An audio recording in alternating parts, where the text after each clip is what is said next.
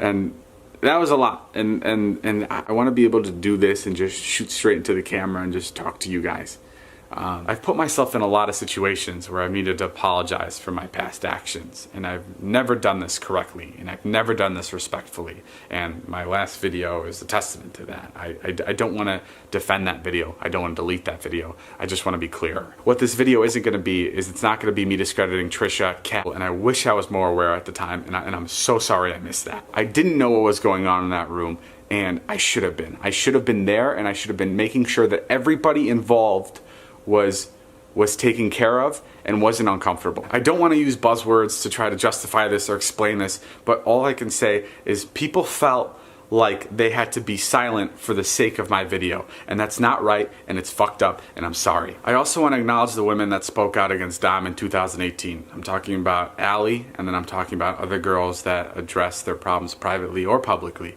I'm sorry I didn't listen to you guys.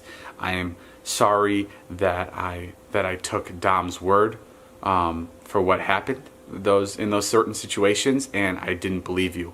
And not only did I not believe you, but I made a joke of what kind of a person Dom was, because I couldn't wrap my head around a childhood friend of mine doing this to people and actually hurting people, and I'm sorry for that. Not only did I discredit you, Allie, but I platformed Dom, and I made jokes about it, and I reinforced that kind of behavior. And I not only you, Dom, but a lot of people down, a lot of people that watch me, and my friends and family for that. I made the decision to no longer film with Dom in 2019, and I'm not saying my content has been brilliant since then, but that's when I first started taking into account the power dynamic and what influence I had on people that I was filming with. But what I didn't do is I didn't go back to any of these women and apologize. I kind of moved a serious opportunity to correct yourself, to learn and improve, and to make sure those mistakes don't happen again.